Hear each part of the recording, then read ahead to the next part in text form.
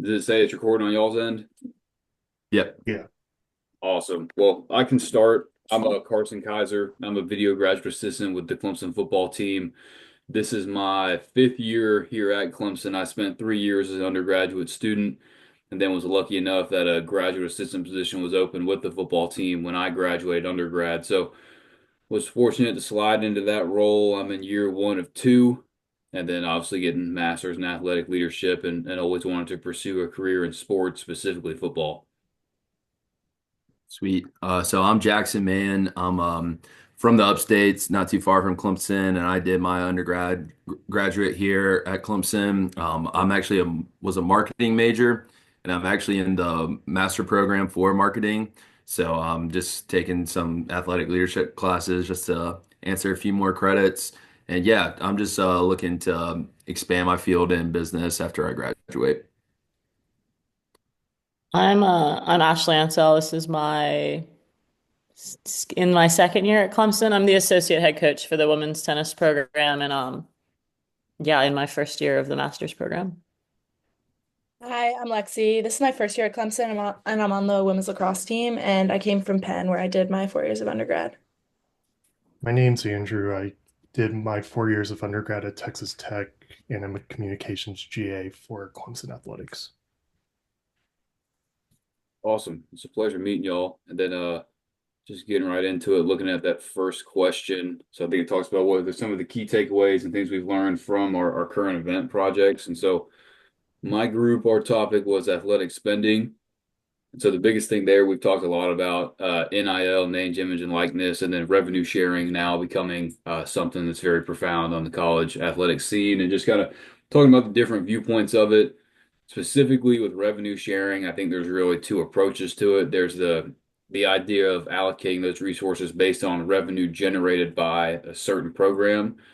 So, for example, if Clemson baseball um, creates 15% of the total revenue generated by Clemson Athletics, they would get 15% of our revenue share. And so looking at that approach, and then I think the other approach is still trying to find a way to make it equal for each gender sport. Like so male sports aren't dominating and getting 80% or plus, and the women are only getting 20%. So I think it's trying to find that balance between allocating it off of revenue generated while also being fair to everyone. And then kind of outside of just the topic we've been doing, the biggest thing other takeaway I've gotten from it is the importance of having a variety of sources you can fully understand the topic you're covering. Thanks, Carson. So my current event group is the sportsmanship, and I guess my biggest takeaway from our two current events was how big of impact media has and how they like influence the public perception of sportsmanship and like across sports, collegiately and like professionally.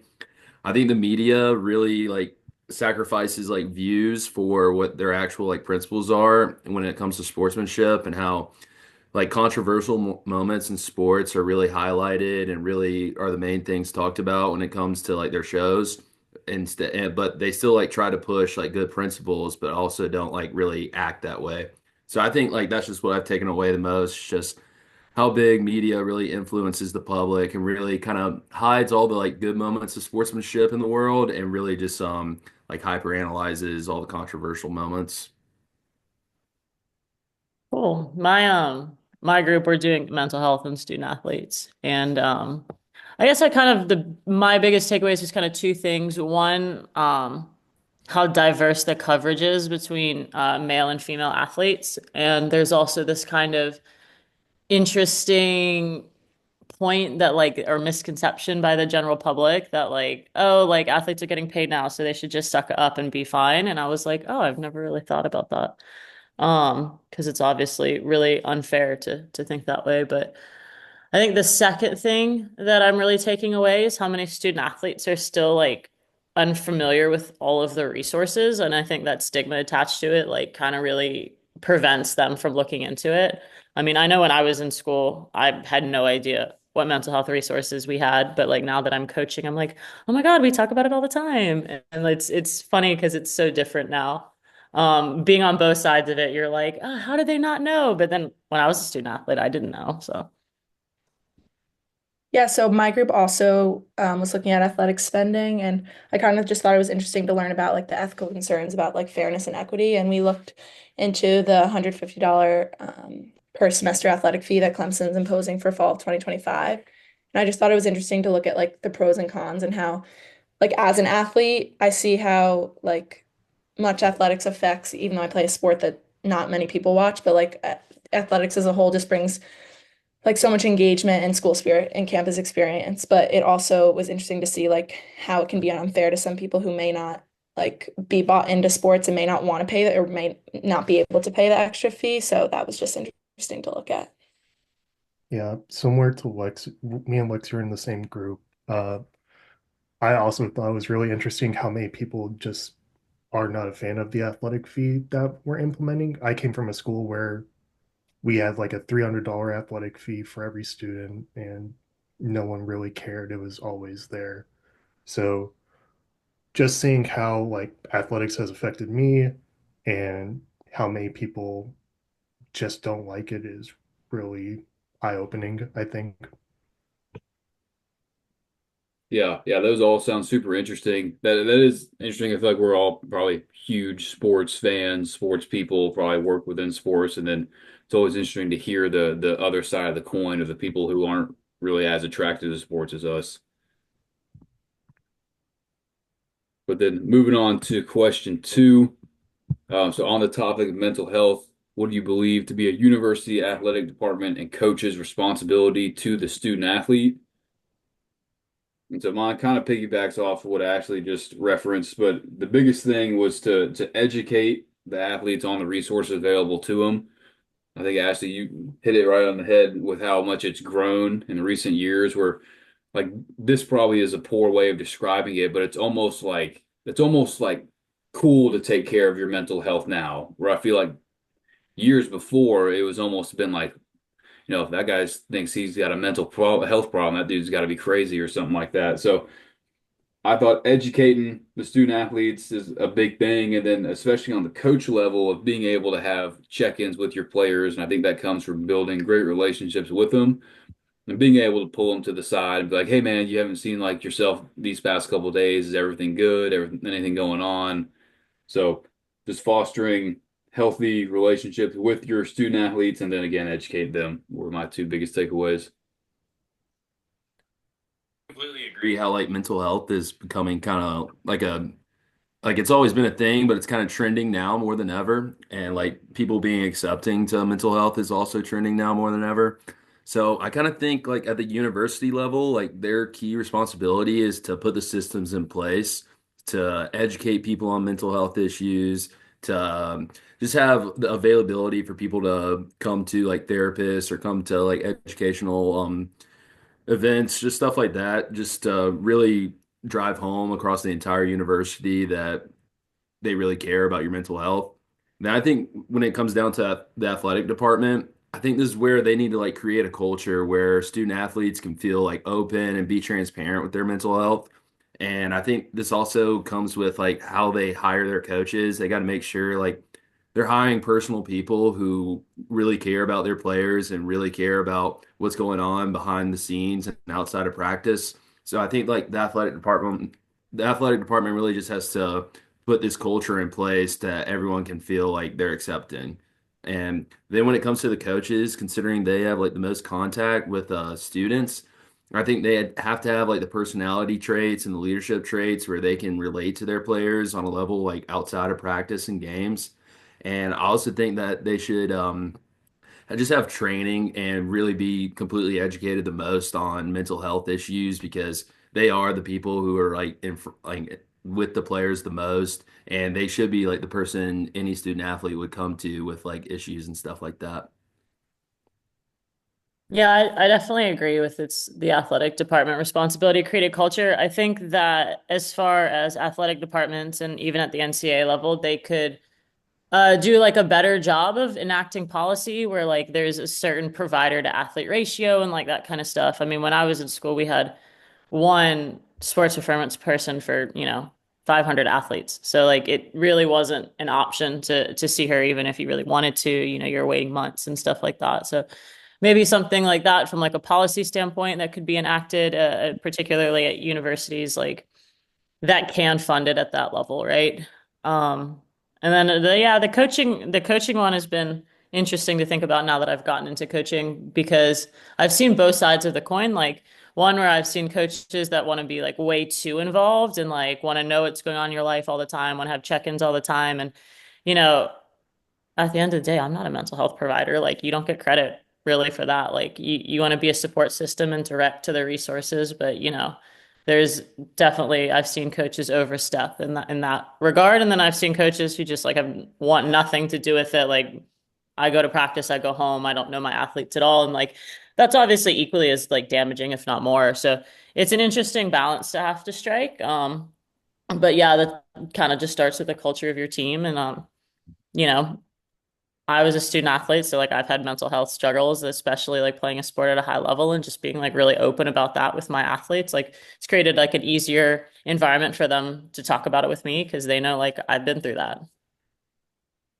Yeah, I completely agree with everything everyone said. I don't know if what I have is much different, but yeah, like the university, the athletic department, I think the coaches just all have to be aligned when supporting the mental health because this just will help the athletes thrive not only on the field, but just as humans in life. But I definitely agree, like the relationship with coaches is really important. Like I've had some good coaches, some bad coaches that don't want to talk about anything related to mental health. And then I've had coaches that have like encouraged it and had us like team meetings with the sports psychiatrist, which just let us all talk and like opened up the conversation more, which made it just an easier conversation with everyone and just made us all like more comfortable with each other on and off the field, which made us play better. So I think it's just having good relationships with the people around you, the coaches, the athletic department, and all the staff that can just help performance overall too. Yeah, I feel like I'm just gonna repeat everything that everyone said. Athletic department needs to just find coaches who believe in mental health performance, focus on pro focus on providing more like sports performance, mental health providers, and then for coaches, just on a micro level, just personal interaction, student athletes, and similar to what Ashley said, find a balance between being too involved and not involved enough. Yeah, yeah, I think all that stuff's really good. I think we're all in agreement on that.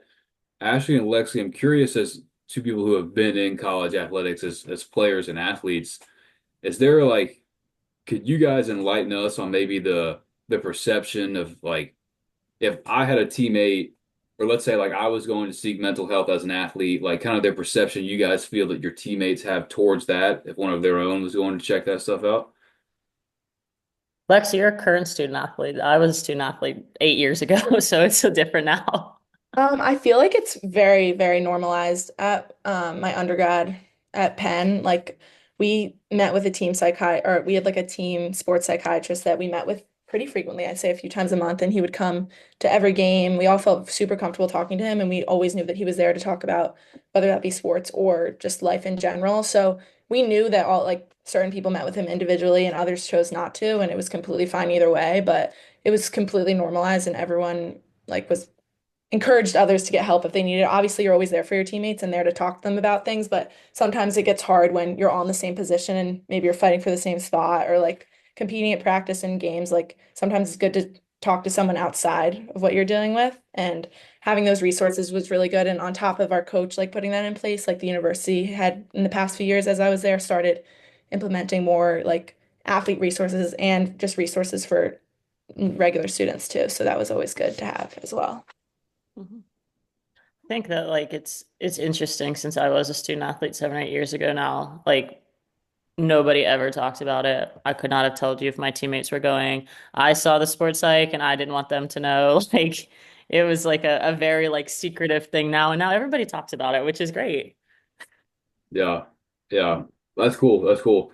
It's awesome to see that it has become normalized in today's age. And I feel like that's something that probably relates like to a lot of people still is like even in today's age, I feel like if you were going to seek mental health, like I think you'd probably like, and this is just me speaking, this is an outsider's perspective, but like I still wouldn't want to like like be like, oh, telling my teammates that, like making them like concerned about you, if that makes sense. But I think it's great now that like it's an atmosphere where you don't have to do that. Yeah. It's like I think on our team they're like very open about it. Like they have conversations where I'm like, oh my God, we've come so far, Yeah. which is awesome. Yeah, that is. And then as we're moving into three, so if you were the athletic director, how would you prioritize revenue sharing at your institution? That was something I obviously opened up. That's my topic there for our current event. And the way I would do it is I would probably go off the revenue generating percentage system, where if whatever team it was generates 15%, they get 15% of the revenue sharing is how I would do it. Just I feel like that makes the most sense to me, but I'd love to hear y'all's perspectives, especially if y'all feel like there's a better approach to it. Person, for yours, how would you deal with like non-ticketed sports then? That's something I really hadn't thought too much of. Like my brain always goes to football. So like my thought process is like let's say football generates like 85% of the revenue, and these numbers I'm just coming up with.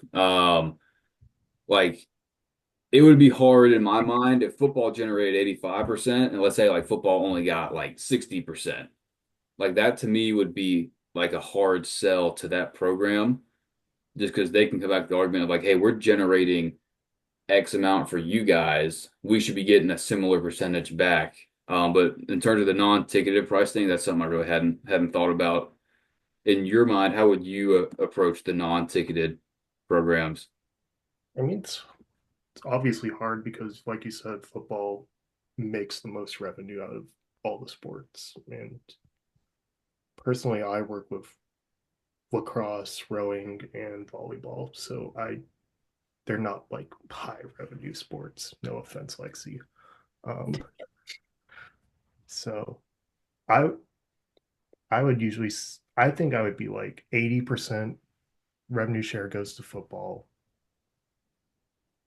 These are just numbers I'm throwing out.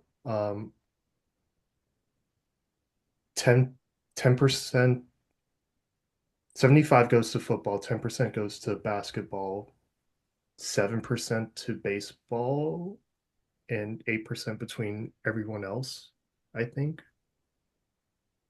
Because those are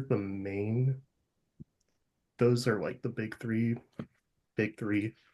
You can switch women's basketball and baseball depending on what kind of school you go to, because obviously somewhere like UConn, women's basketball is so much bigger than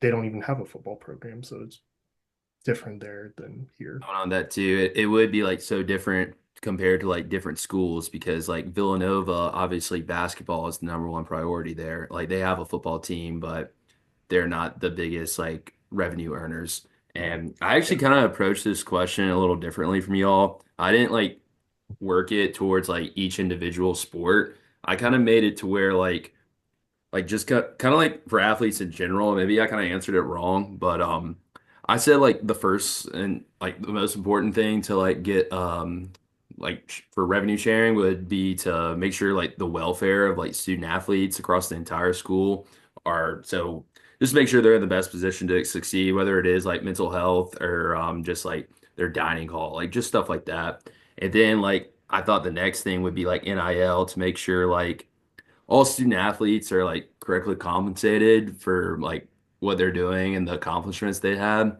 And then I thought next that like facility upgrades would be super important because like not only would it be like a benefit for like current student athletes, but I also think it's like something that you can build on for the future. And it's like such a good recruiting tool when you have like the best facilities in the country and stuff. But yeah, sorry, I didn't answer it the same as y'all. No, you're good. And I think it's cool that you took a different approach to it, so we have a different perspective of it. I I also oh, sorry. sorry, I just have a question. Did they determine if the rev share is going to be subject to Title IX? I'm not sure. I I don't know that know. was something a couple months ago that was brought to Mhm. the attention. I think a court case might have got filed for it, but I don't think there was any any verdict or conclusion that's come from it yet. Because if that is the reality, that's going to be like a wild situation for everybody. But sorry, Lexi, go ahead. No, I was just kind of agreeing with Jackson. I kind of looked at it that way also, and I basically had a lot of the same points as him, just making sure that like with whatever way that they split up the revenue sharing, like to make sure all athletes are taken care of. And I wrote down like NIL support as well and making sure that all the athletes, no matter what sport they play on, like it's just fair. I Yeah. I think in between sports is definitely tough because like obviously like for Clemson, for example, like football makes so much money. But also like I feel like football probably has the most players on their team than anyone else too. So I think like not only revenue, but also like size of like individual sports programs definitely have a lot to do with it as well. so as an athlete, I played in the SEC and then I started my coaching career at mid-major universities. And now obviously I'm at Clemson, but I think that there's a lot of universities that are going to opt into the rev share that would probably be significantly better off not opting into the rev share, which is interesting to think about it. I mean, like when you look at a sport like tennis, we actually like were on the books to become, so I was the head coach at Appalachian State before this, and we were having a higher attendance per match than women's basketball at App State. So like they were attempting to make us a ticketed sport, which is wild. I think we'd probably be the only ticketed women's tennis team in the country, but I think that football just needs to be a completely different entity that's not governed by the NCAA. I mean, at the end of the day, it's not like something that can really be determined. And obviously, like saying this, like I'd love for my girls to be part of the rev share, but like that's just not going to be realistic. Like I think they're estimated to get like $60 or something like that at Clemson.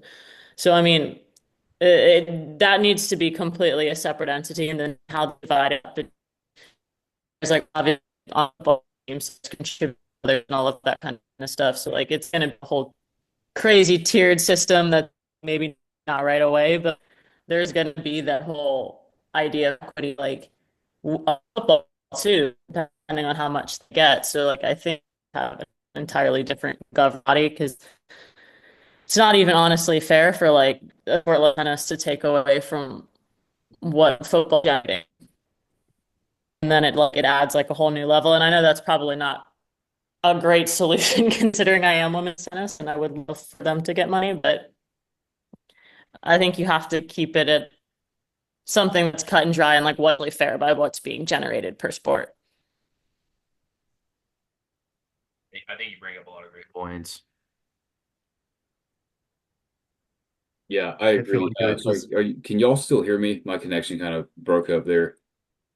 Yeah. yeah, Okay, awesome. Yeah, I also agree. I think what you said about maybe making football its own entity is a great idea, just because like there's such like it's such a huge thing that's going to take away a huge amount of that pool of money. So I think that's a great idea. I'm not sure how you would do that, but I definitely could see it trending that way as college sports gets professionalized more and more. And it's tough to make rules that like apply to football and women's tennis. Yeah, definitely. and for like conferences too, like Stanford and Cal being in the ACC is ridiculous, and it's just because of football.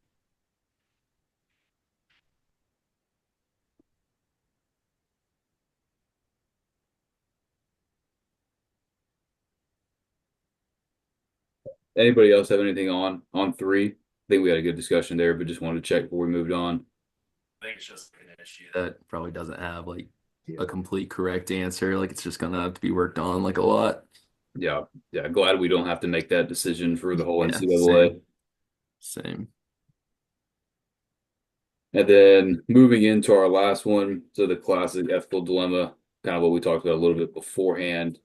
Just with that trolley, it's racing towards five people, and then the decision to pull the lever, and you now hit one person instead of the five.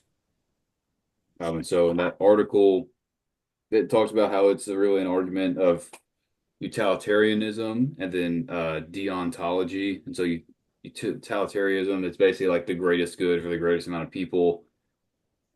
And then I want to say deontology. It was almost like it's like the decision for you pulling the levers, almost like taking it into your own hands. So it was just kind of an argument between those two.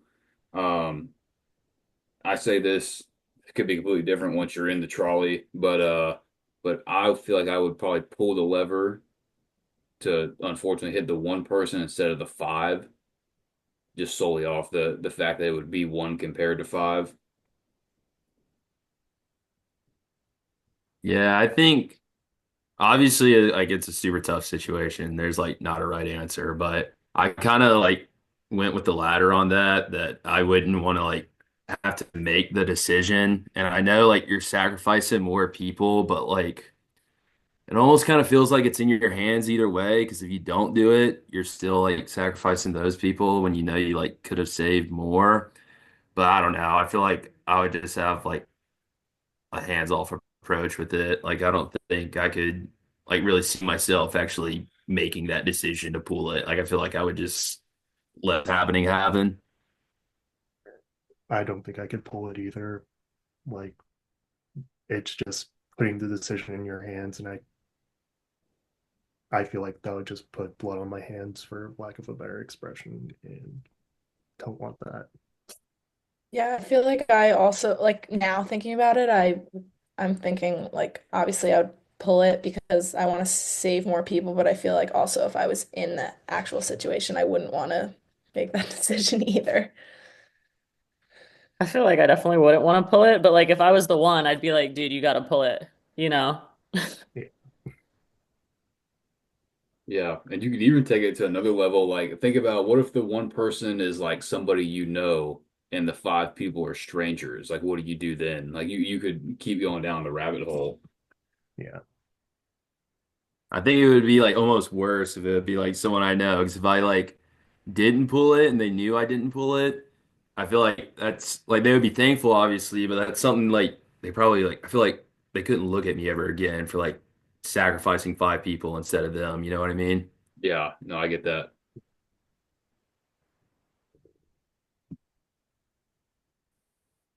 In the article, so the show The Good Place, they have like a little 2 minute YouTube video of it, but the the show basically puts them in the trolley. So it's like they're discussing it, and then all of a sudden it's like he snaps his fingers and they're in the trolley. So the guy doesn't pull the lever, um, and takes out the five people. And so I think that's just like showcase, like you say one thing, but then you get thrown in it, and it's a completely different ball game. But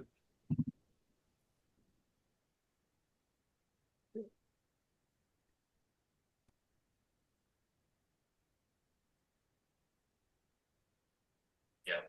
What were the two approaches you said to it? Totalitarianism and what was the other uh, one? I'm probably pronouncing this wrong. Deontology, Gotcha. Deontology. And which one was for which? So the utilitarianism approach was pulling the lever, so you only Gotcha. killed one person instead of five because it's like the greatest good for everybody. And I think the other approach was basically you don't pull the lever because you're not taking it into your hands at that point.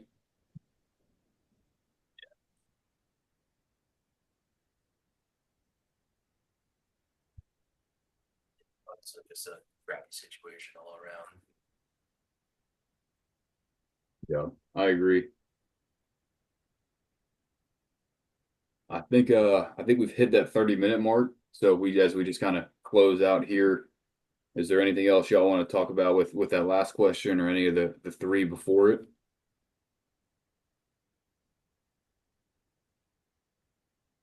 If y'all are good, I'm good. I can type up that summary for us, submit it. I can shoot y'all a text once that's all done, and we can go from there.